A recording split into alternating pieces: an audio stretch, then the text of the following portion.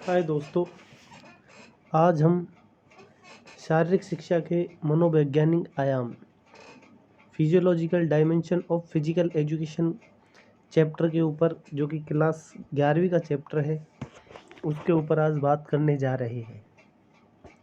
देखिए, हमें शारीरिक शिक्षा के जो मनोवैज्ञानिक आयाम है उनको समझना है कि शारीरिक शिक्षा में मनोवैज्ञानिक आयाम या जो मनोविज्ञान है वो शारीरिक शिक्षा में किस अप्रोच तक है, कहाँ तक लेके जाती है, क्या क्या इसके फ़ायदे हैं।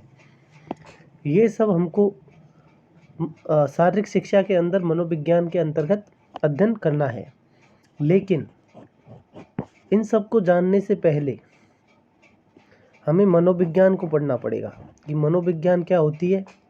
फिर हम खेल मनोविज्ञान को जानेंगे और खेल मनोविज्ञान को जानने के पश्चात हम इसमें एंजाइटी, जो हमारी दुश्चिंता, तनाव, चिंता और जो मोटिवेशन है, क्या इफ़ेक्ट पड़ता है, क्या मानसिक स्थिति होती है खिलाड़ी की खेलने के दौरान, हारने के पश्चात कैसे वो व्यवहार करता है। तो इन सब का एक ओवरऑल जो हम शारीरिक शिक्षा के विशेष क्षेत्र में अध्ययन करते हैं वही मनोवैज्ञानिक आयाम है कि हम इस डायमेंशन से शारीरिक शिक्षा को देखते हैं मनोविज्ञान के रूप में। तो चलिए हम शुरुआत करते हैं इस चैप्टर को। सबसे पहले मैं आपसे बात करना चाहूँगा कि मनोविज्ञान क्या होती है। मनोविज्ञान क्या होती है? तो मनोविज्ञान का सीधा सीधा अर्थ हम लगा सकते हैं कि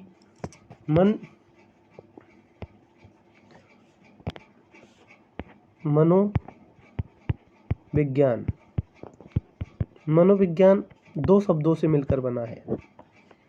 मनो का अर्थ है मन से और विज्ञान का अर्थ है किसी भी विषय का सिस्टमेटिक व क्रमबद्ध से अध्ययन करना ही। तो मन का जो विज्ञान है वही मनोविज्ञान कहलाता है।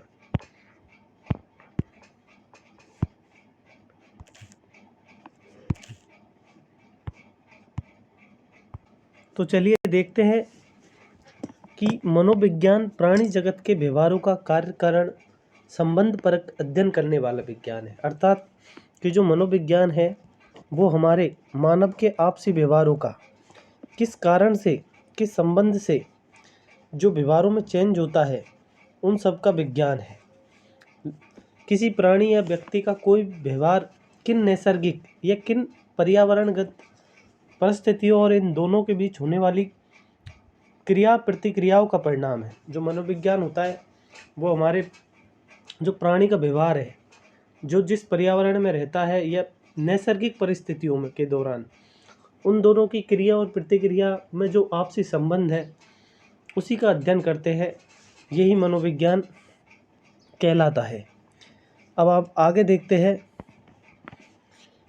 तो हम बात करते हैं कि मनोविज्ञान, जैसे मैंने आपको बताया कि मनोविज्ञान का जो शाब्दिक अर्थ है वो दो शब्दों से बना है जो लैटिन भाषा के हैं, साइकी प्लस लोगस।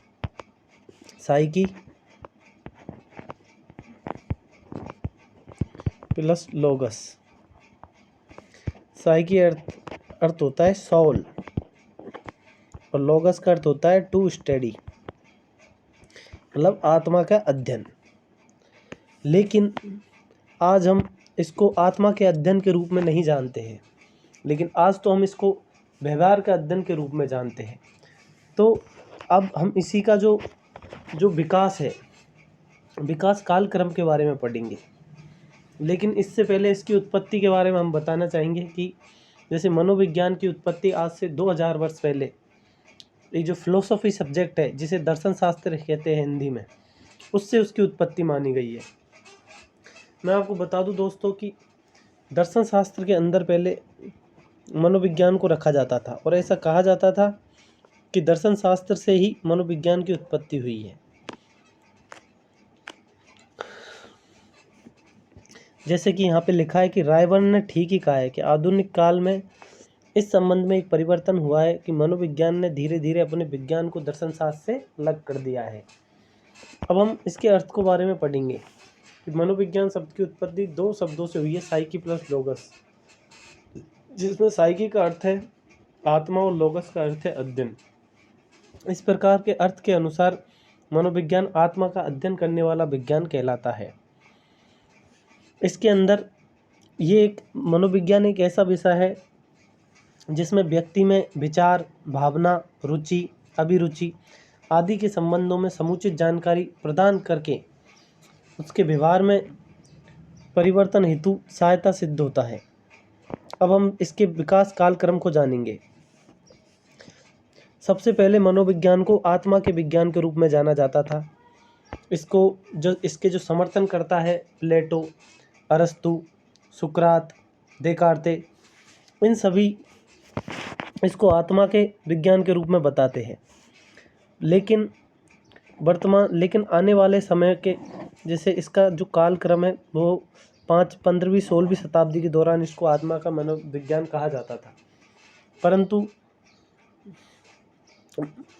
इसके मन का, आत्मा का कोई रंग रूप, आकार आदि सुनिश्चित नहीं होने के कारण इसे तर्कसंगत कोई संतोषजनक आंसर नहीं दे पाया और इसको धीरे धीरे अस्वीकार कर दिया गया।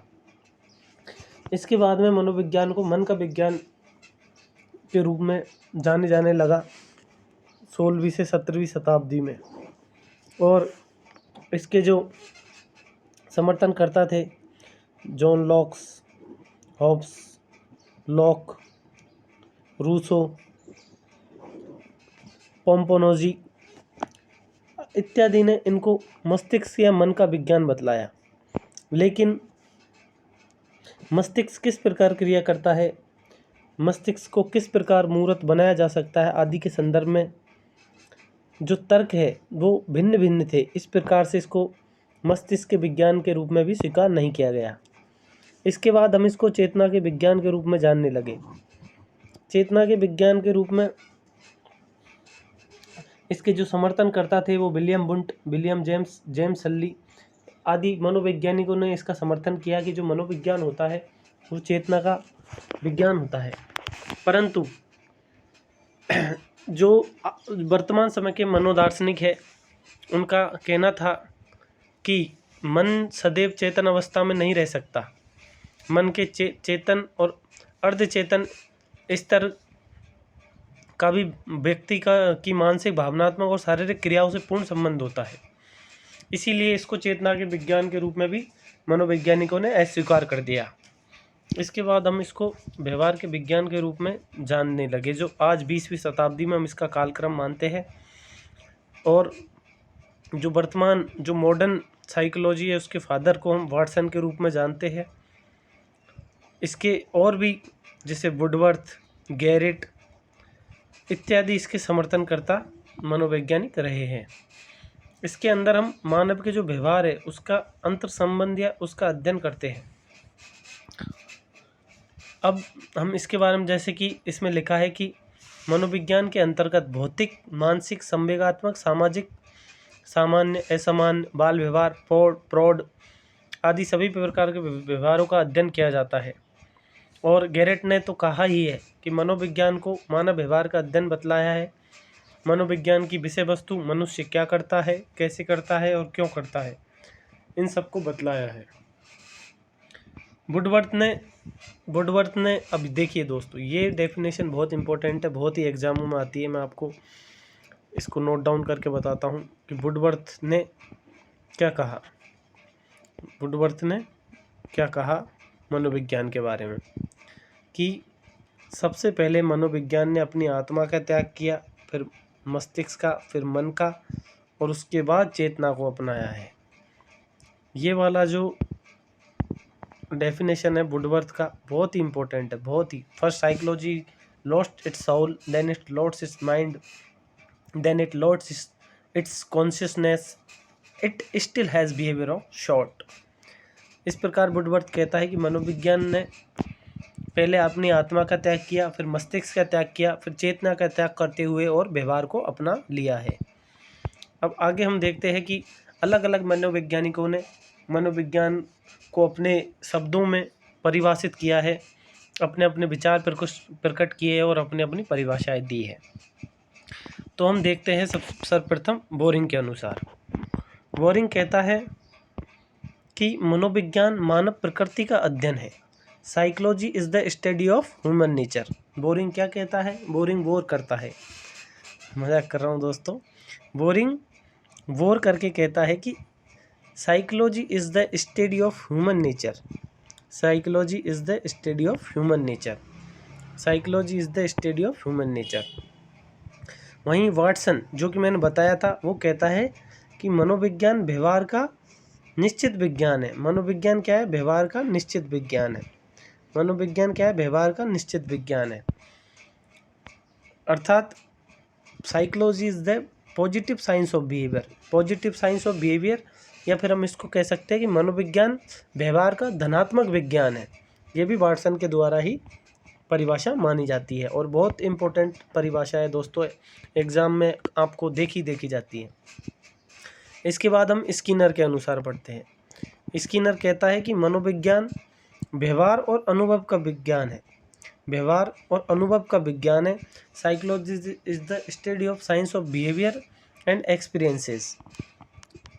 तो स्किनर कहता है कि जो मानव का व्यवहार है और उसका जो एक्सपीरियंस है, उसका अध्ययन करना ही मनोविज्ञान कहलाता है।